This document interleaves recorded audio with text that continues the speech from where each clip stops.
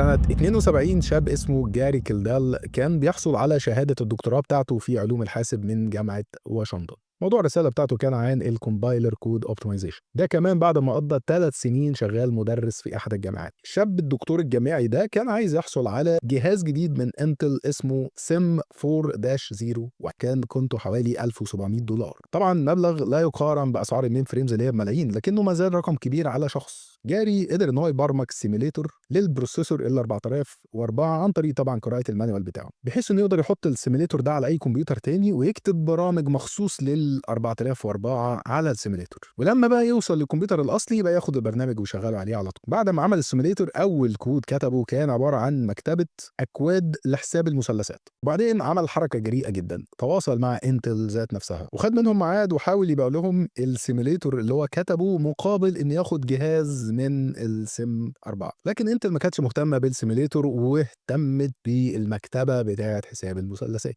واتفقوا فعلا معاه في الاخر ان هم ياخدوا منه المكتبه دي ويدوا له جهاز كمبيوتر. ودي كانت بدايه علاقه جاري بي انتل. باقي الكورس وكورسات تانية على موقع المنصة تقدر تشترك فيهم وتتعلم أصول المهنة.